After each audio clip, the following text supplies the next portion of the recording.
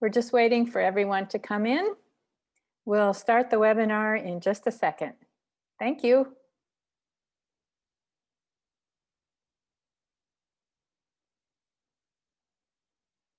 Hello. I'm so pleased to welcome you today for another in the Iowa Artisans Gallery Meet the Artists series. Today we'll be interviewing John Martinek, and this is going to be a lot of fun because I see John as an artist who has a lot of longtime experience and really fun little insights that I've enjoyed seeing. My name is Astrid Bennett, and I'm a former co-owner and current artist consigner of the gallery. I'm delighted to welcome John as our guest today. This is a webinar, which means your screens and microphones are not live. If you'd like to submit a question, you can do so in the Q&A box, which is in the lower part of your menu there. You could also use the chat because our group will be small enough. Iowa Artisans is a contemporary craft gallery founded in 1984 by 12 artists. The gallery is located in a large, light-filled, historic Paul Helen building in downtown Iowa City. Iowa Artisans Gallery is observing COVID-19 safe practice protocols and is open for you both in person and online. Current hours are 11 to 5 Monday to Friday and Saturday 11 to 3. These hours may change as circumstances change and will definitely change somewhat during the holidays. Today, John Martinek will share with us a slideshow about his current series, Natural Landscapes. I know that you will find thoughtful approaches to studio practice in his presentation. The gallery does carry John's original work and his prints. Before we move on to John, I'd like to share and shine a light on our sponsor, Little Village magazine.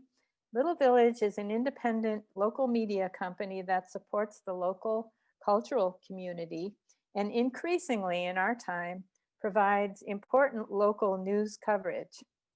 John has contributed pen and ink editorial to cartoons to Little Village for several years. Now a few words about John. John lives in Coralville, Iowa, where he paints, draws, and makes prints in his studio, which you can see in the room behind him there. Apart from art making, his other interests include carpentry, cooking, cycling, and spending time with family and friends. He is a partner at Modern Roots Design Build in Iowa City, where he works as a project developer and a cabinet maker. John is also a member of the board of directors at the Iowa Children's Museum. John was born in Metairie, Louisiana, pardon me if I spoke that, in 1968, but grew up in Grinnell before leaving to attend college. He received his BA from Knox College in Galesburg, Illinois in 1990. And he received his MFA in printmaking and drawing from the University of Iowa. He lives with his partner, Greta Song, who is also an artist and someone known to many folks, and his son, Emmett. So, welcome to John, and let's move on to you, John, for your presentation. And don't remember that if you have a question, feel free to enter it any time in the Q&A box. We'll get to questions and answers after his slideshow. All right, thanks, Astrid. Thanks for the introduction.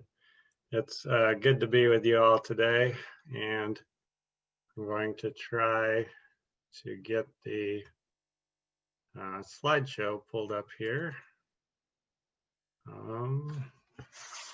which I seem to have lost temporarily. Zoom is tricky sometimes. There it is. Okay. Yeah. Is that working? Yes. Okay. So today I want to talk to y'all about my natural landscapes. This is a series of work that I have really only been working on for a couple of years with any amount of focus. In terms of really thinking about eliminating a lot of the different things that I was working on before in my landscape drawings. Usually the work that I did in the past had architectural elements in it primarily, lots of buildings and cityscapes, things like that. So in the last couple of years, I started doing more work that sort of eliminated all of that stuff and focused more just on things that exist in nature without any evidence of human interference. So I wanted to start just by talking about some very general basic reasons why I make art. The first one seems pretty obvious, but it's something that I have to come back to when I get distracted or get absorbed in other things for a long period of time. But I always find that life with art is better than life without art. And I tend to get a little bit grumpy and depressed when I'm not making anything for a long period of time. And as soon as I start making things again, it reminds me that I'm much happier when I keep working. So that's something that keeps going back over the years. It's also when you're working in the studio, it's sort of an escape from everyday life. It's a way to rejuvenate yourself, kind of like exercise too. I find I'm an avid cyclist and runner, so kind of the two things that I use to reset myself are exercise and drawing and painting. So and I think it's also about play. And one thing we talk about at the Children's Museum is the power of play, and that adults need to play as well. So just that simple return to the excitement of childhood and getting into that state of flow and concentration is really a great way to rejuvenate and reset yourself. The third thing is art helps me understand my world better and my relationship to it. I think that when I'm making work and I'm engaged in developing a series of work or a political cartoon or illustration, I do a lot of research, I study.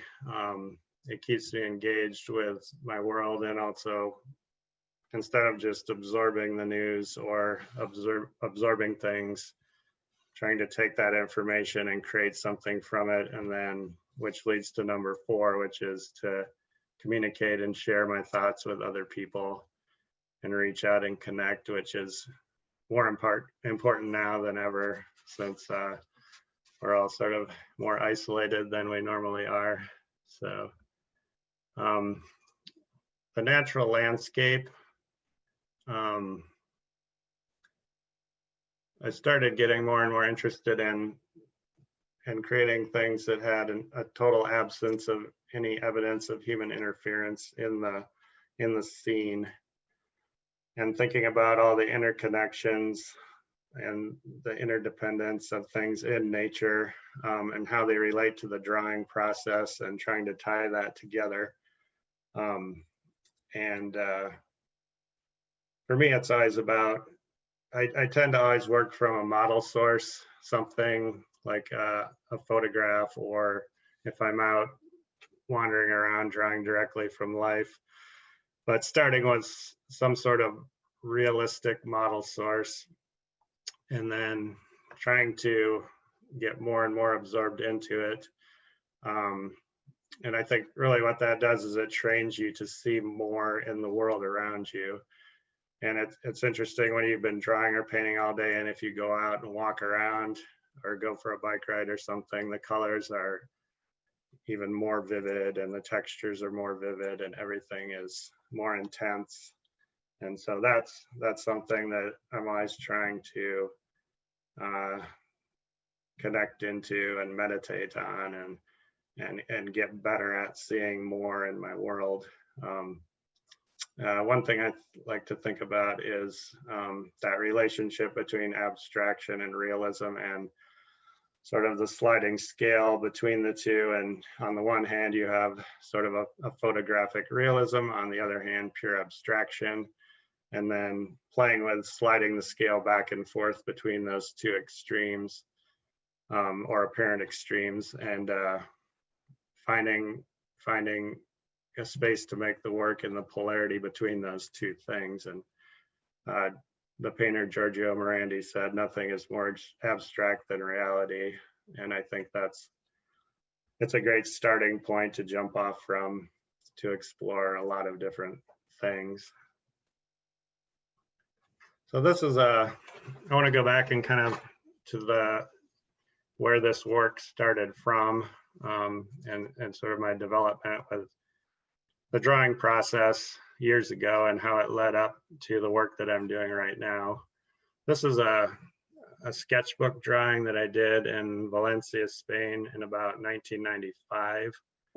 And this was probably one of the first pure landscape drawings that I did that just focused on trees and the sky and plant life, and that I felt was successful, because when you're drawing things like that, there's not a lot of as much structure to work with. There's no linear perspective, so you have to rely on other things to try to mold and form the space and the picture. And I think a lot of times that you might have to do 5 drawings to get one good one, and things end up looking like lumps of mashed potatoes or something like that a lot of the time. So I felt like this was a time when I felt like the drawing was pretty successful, and it was exciting to see that happen. But at that time I was wandering around Europe for about 4 months, and that was a great privilege to have that chance to do that, and just sketching and drawing every day. And I was primarily working with a pen and ink base structure. So I'd get using a semi-permanent ink. It was pretty permanent, but it still bled into the color layers on top quite a bit.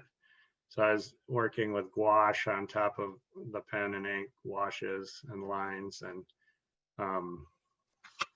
I think that was, I was trying to think.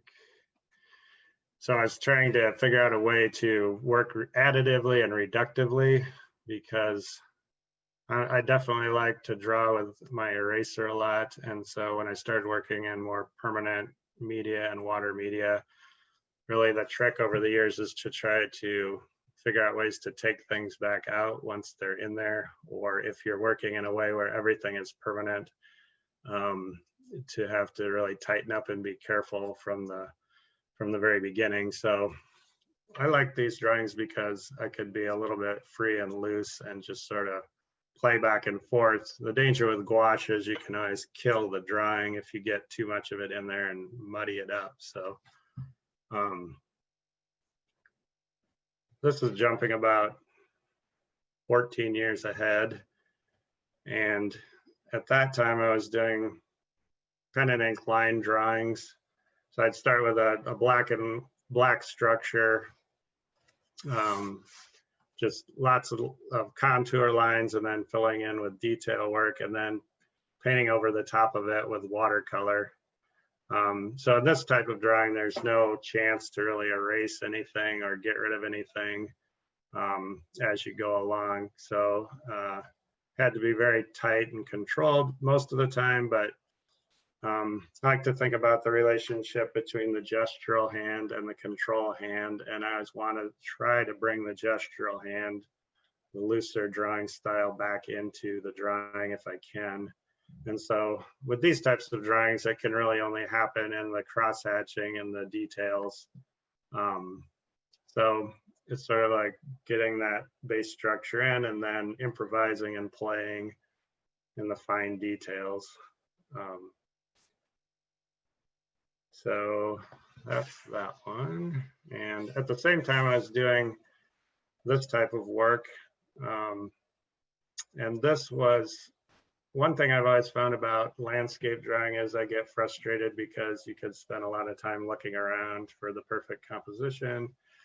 And I've spent a lot of days wandering around and not really finding anything that I liked. And So I like the idea of being able to take everything, all of this visual material you have, and then doing whatever you want with it, more like a collage, and moving things around and shifting things and changing things to try to improve the composition or to create a narrative content. And so these kind of images were done from multiple image sources, collaged, and not literally collaged, but they drawn in a collage-like way. And they're about how our identity as a nation is shaped by our treatment of the landscape. And I just really like this kind of stuff, you know, pipes and gritty things and rocks. And this is a portrait of Abraham Lincoln from Mount Rushmore. So these are all the kinds of things that I really like to draw, that are pulled out of my cityscape drawings, but then put into a different format. And this kind of work, I think, is what led me to the cartooning style that I use now. This is around the same time. The thing I want to say about this drawing is the idea that you don't have to go abroad or far away from home to travel, to do travel sketches. You can sort of live in your own city and your own space with the mindset of a traveler, and try to keep your eyes open for all the wonderful things we have in our own communities. So this is some people might recognize these houses on Jefferson Street, right across from Seashore Hall. And I lived on Jefferson Street for about 3 years, and walked by these houses every day on the way to school when I was at Iowa.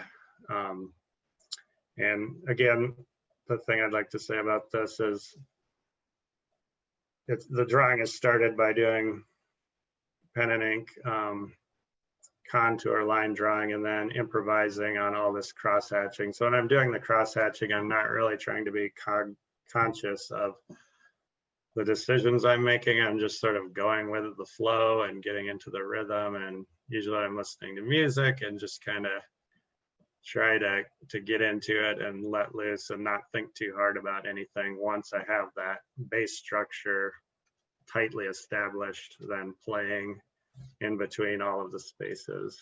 And so that's something that I come back to over and over again. This was about 5 years later, after my son was born. We started even more, now we certainly are looking for ways to get out of the house and get outside and do things. But even at that time, we were looking for ways to explore more and get out of the house with him. And this is one of his favorite places, the Fossil Gorge. So he liked to go out there a lot. And I was one day just took a picture of this while I was there and decided to do a watercolor drawing of it. And this kind of goes back to that drawing I did in Valencia, where all of a sudden, it's probably the first painting I had done in a long time where there were no buildings, no perspective, nothing to work from. You just have to start figuring out ways to describe the space with atmospheric perspective and overlapping planes and brush strokes and all those kinds of things. I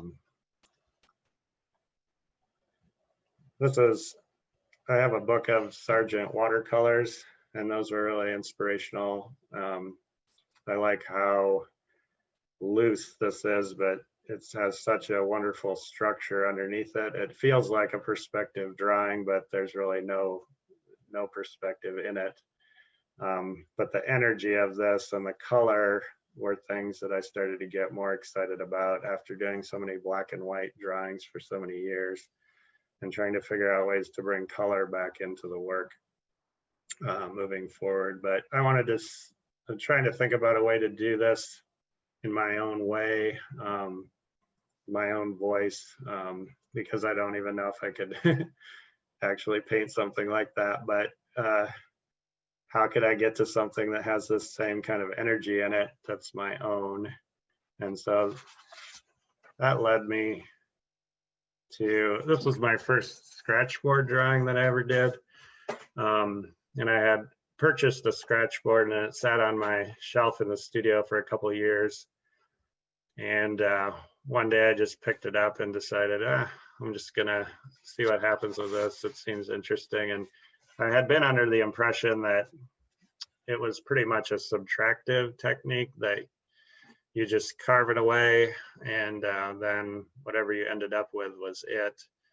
And it would be difficult to make corrections. But I quickly learned that it's actually very additive and very subtractive at the same time. So all of a sudden it occurred to me that this was a great way to make pen and ink drawings, but take them to the next level and be able to get back to pure white at any time. Or for instance, if you completely didn't like the way a section of the drawing was drawn, black it back out and scrape it back in, retint the color.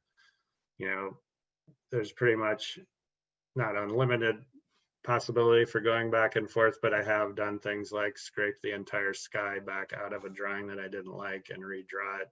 And that's something that could never happen in a watercolor or some of the pen and ink drawings I had been working on. So also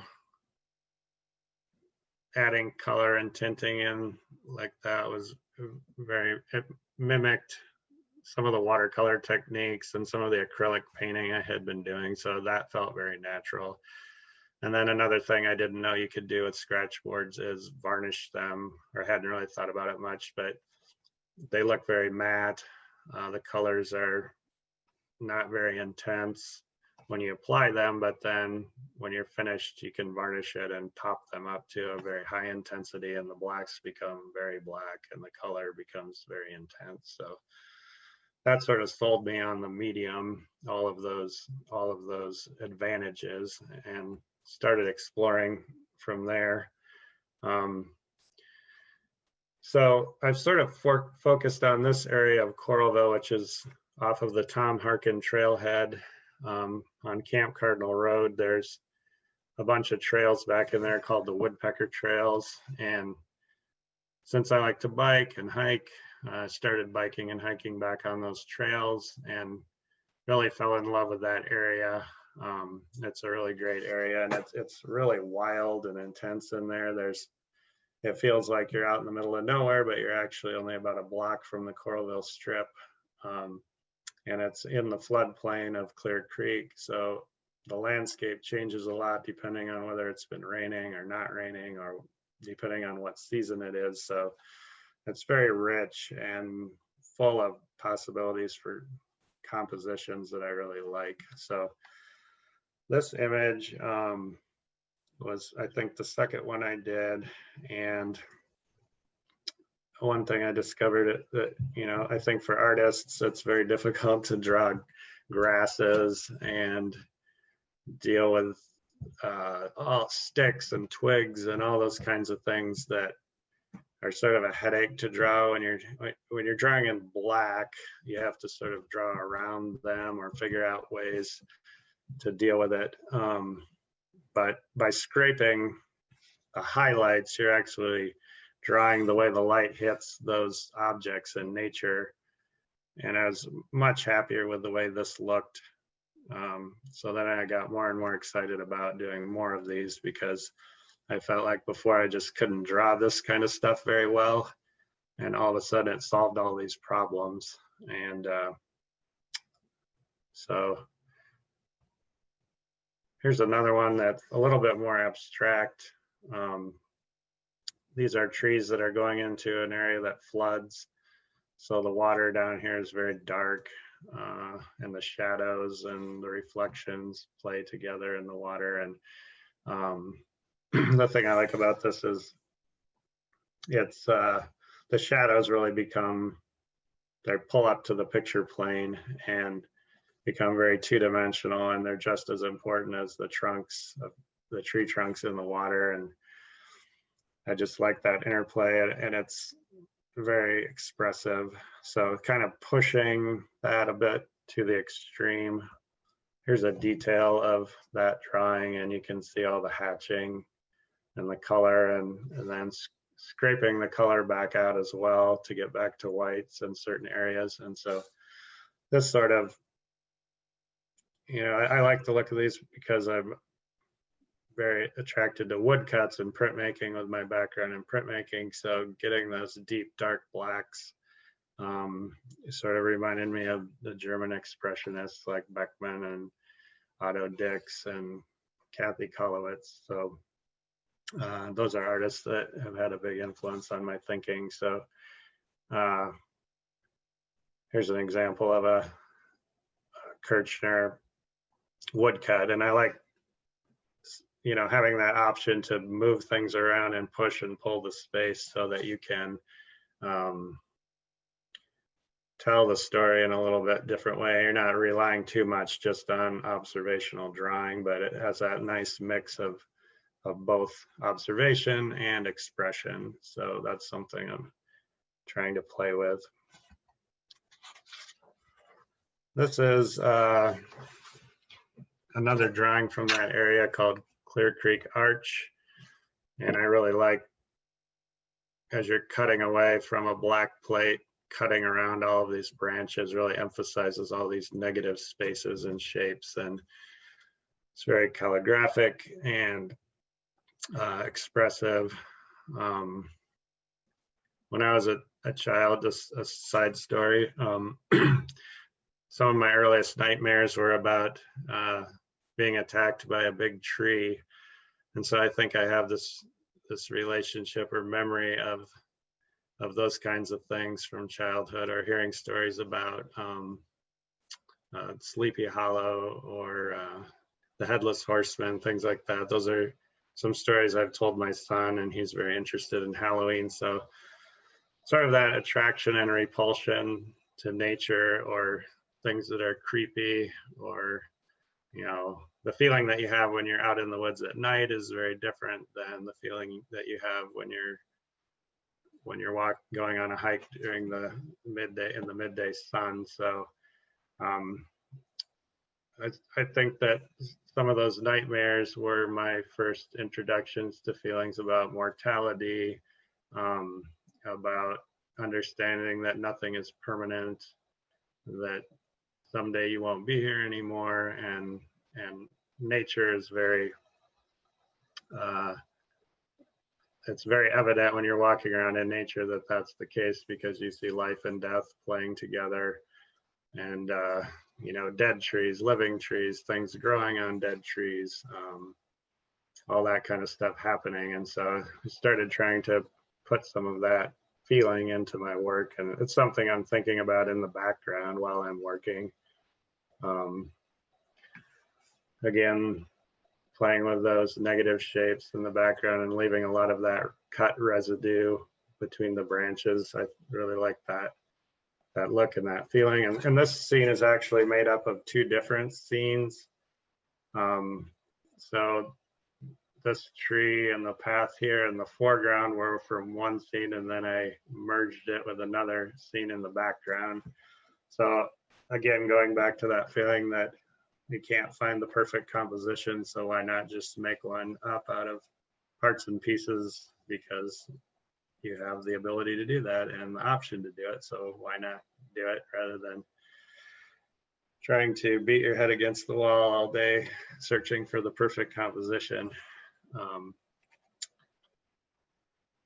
So this is what it looked like when it was a black and white image. And I almost sort of like that better, but I like the color one as well. So this is, as I was working with the scratch boards, I decided, well, why not let's try to go back and work on a white ground, but put the ink in and then scrape it out and draw back and forth that way and see what happens. And I tried for a little while. In the next two images, I used a gessoed panel instead of a scratch board to try that. But I didn't really like the way the scraping into gesso feels. It's not very seductive. It's sort of rough, and the plastic and the acrylic gesso is not fun to scrape. It doesn't feel It doesn't feel natural. It doesn't flow smoothly. Like the clapboard is just, it scrapes very easily and the gesso doesn't. So I'm gonna say the thing about this one that I like is that interplay between the deep, deep dark shadows and the bright, bright colors and light shining through, and that time of day when you can kind of be blinded by the light, but you can also be blinded by the darkness and the shadows, whether you're coming into the light or into the dark and out again. That feeling that you get, I think, is really interesting. This is another one created in the same way. It's on a gessoed panel, and starting with the white and building up the blacks and then scraping them. This one's called Elegy, which is a lament for the dead, and thinking about all these tree stumps that you find out in the forest, and evidence of human interference here, where you can see that chainsaws have cut down trees and moved things around. Thinking of, it was done way before the derecho, but after the derecho, this image came to mind with all the trees that died and had to be cut down, and just thinking about life and death and change and the cycle of life in nature, and playing with that theme. Here's a detail of the black and white drawing before color was added, so you can kind of see the cross hatching and scraping, and you can see the black lines added on top of the scraped white lines, and just being able to play back and forth like that was really great, as opposed to just adding them onto white paper with black ink and not having the ability to cross hatch back through it.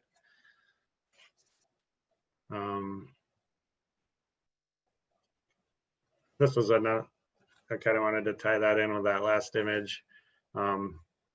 This Dance of Death series from Holbein is something that's influenced me, and it's spilled over into my editorial cartooning, but I definitely like this aesthetic of that sort of Northern Renaissance printmakers, Dürer, Bruegel as a painter.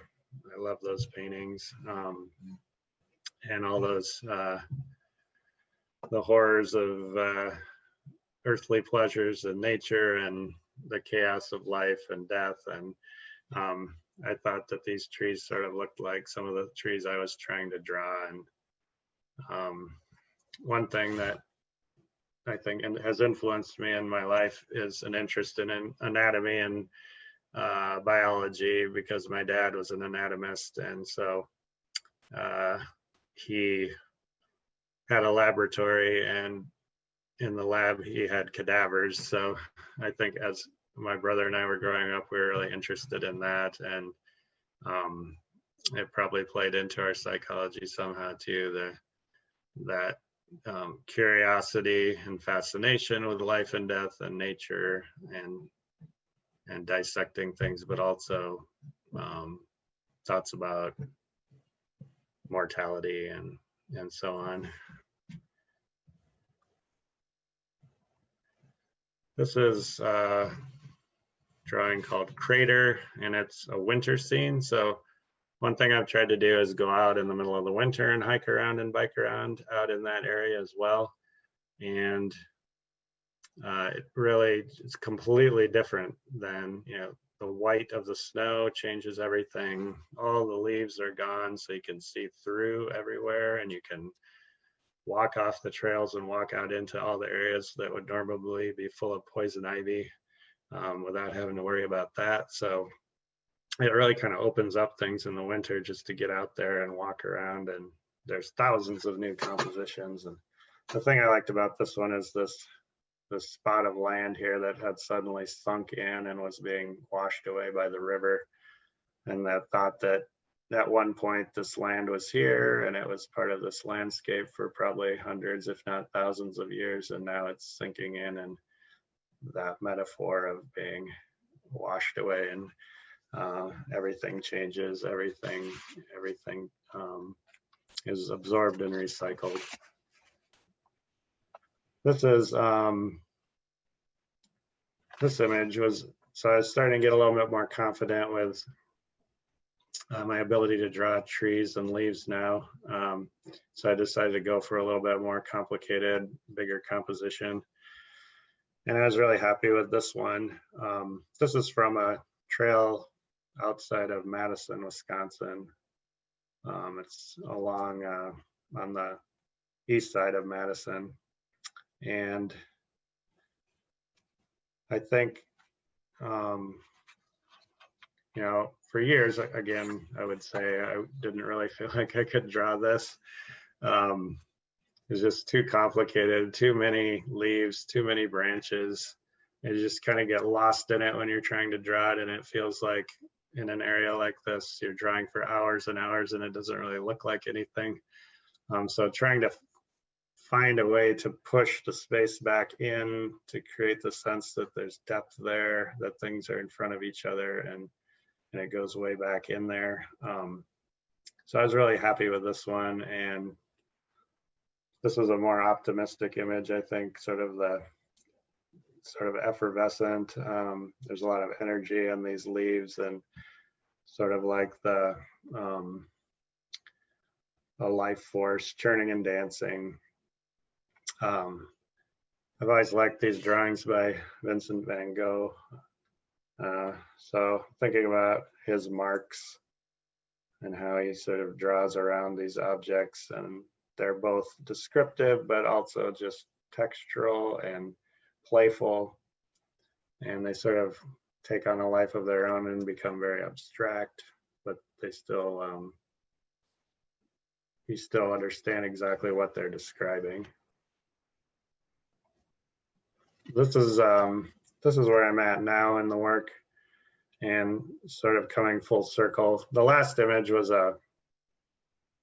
it was a scratch board, so starting on a black ground. So I went back to getting a bigger clayboard panel and starting from white again. And I think I'm most excited about this work now because this is basically starting with color right from the beginning,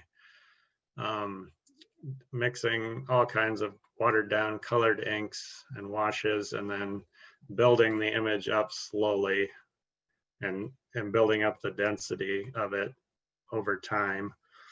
So it's really a pen and ink drawing, but a very complex one with lots of layers and layers built up on top of each other to try to get that sense of all the grass and the water and the leaves and branches and all those things. But it also moves away from being too descriptive and too realistic, and is very, I think, playful and expresses my feelings about the scene. There's a quote by the naturalist John Muir that says, "When we try to pick out anything by itself, we find it hitched to everything else in the universe." And I think that's how I want these lines to feel, that everything is hitched to everything else in the drawing, and the washes are showing through from the very bottom up to the top of the image, and the lines and the scraping and everything is glazed together and comes together and makes this really rich and deep texture. So to thinking back to like the picture of the trees in front of the brick building, where it's a black outline drawing with watercolor washed over the top. I think this is a big leap forward for me, because this is where I think I wanted to go, but I didn't know it was possible. And being here now, just sort of starting out with this technique is really exciting. So here's a couple more details. And then this is another one that I did fairly recently that has that same, it's very realistic when you step back from it. And then when you zoom into the details, it becomes very abstract and layered and scraped and washed. And I use sandpaper up in here to get some of these textures in the bark and the ice on on the water, the grasses.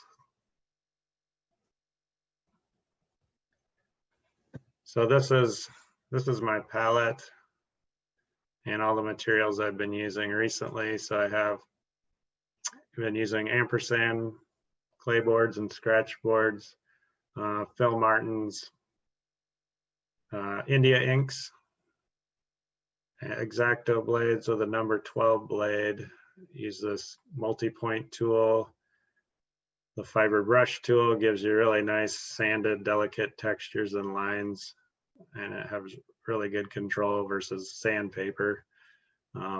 Sakura pens for drawing lines back over the top with mechanical pens, but I also use the nib pen with the India inks and the washes. And then all these other materials are pretty standard. Muffin pans, and I use the golden gloss polymer varnish to varnish the images at the end, and I mix it with about a quarter cup of varnish and 1 tablespoon of water, and then just brush it on. You have to just brush it on one time and then not touch it, because if you start fussing around with it, you'll start to reconstitute some of the inks in there, and they'll smear all over and ruin the image. And I just wanted to show a couple of my recent cityscapes. This is obviously John's Grocery and Devotee. And this is one of my cartoons that sort of relates to nature and the past, how nature is playing the long game and we're playing the short game. So eventually nature's going to win in the end is sort of my feeling about that all. So, and that's it for the slideshow.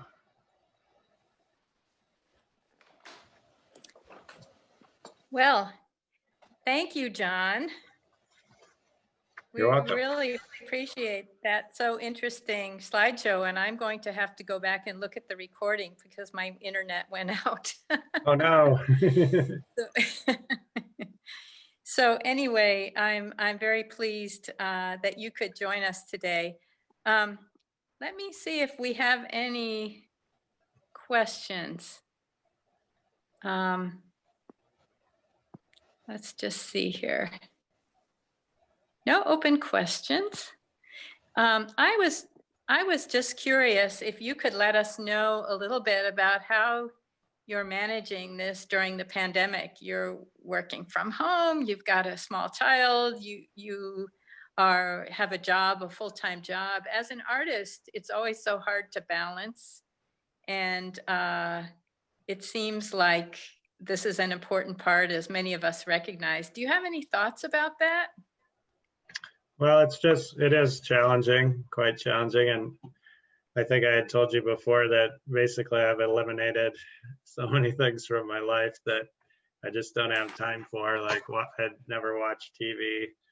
I haven't read very many books, I hate to say, but I tend to read magazine articles, and just really paring it down to the bare essentials, I think.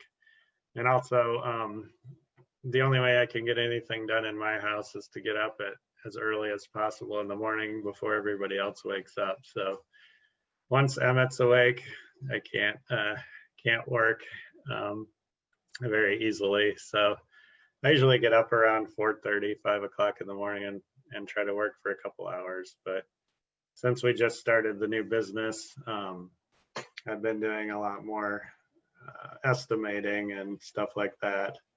And have put the art has been definitely on hold, except for the political cartoons. And while I was lucky on while we were on quarantine, I did get a commission, so I worked on that for quite a while. But then I ended up putting this work on hold to work on that instead, and that kept me busy through the summer. But I didn't get many of the landscapes done. So now I'm really eager to get back in and work on those. Yeah, yeah. But Well, really, go ahead. I was just gonna say, and we're keeping our son home for kindergarten, which makes it even more challenging because he's home all day, every day. So we have to work back and forth with that. But it also, one of the activities I always do in the afternoon when I'm with him is we decide whether we're gonna go to Linder Point or Squire or go to the biking trails or whatever, and just try to get out and spend a couple hours tromping around outside or looking for fossils or whatever.